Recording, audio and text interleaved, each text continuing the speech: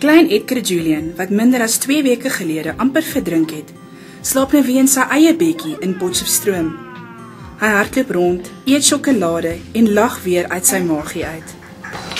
Maandag aand terug so was ons hier so gewees en ja, die verwelkomingskomitee was hier en ouma was hier en my broer was hier so.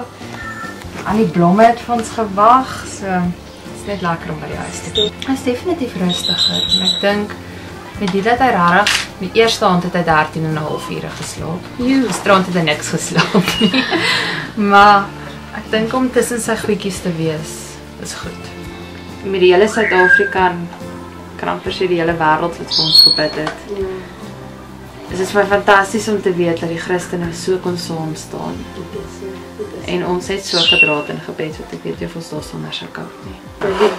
Kyfie moet maar terugry en intussen het hy en papa lyk dieselfde met hulle bleskoppies. So my 2 bleskopmanne in my lewe. Ek was bang hy gaan 'n kwaai seentjie wees.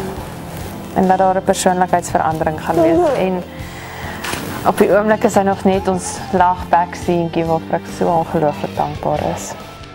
Ma Marlene en pa Frank is verlig dat die nare 2 weke verby is en geniet elke oomblik saam met hulle klein seentjie.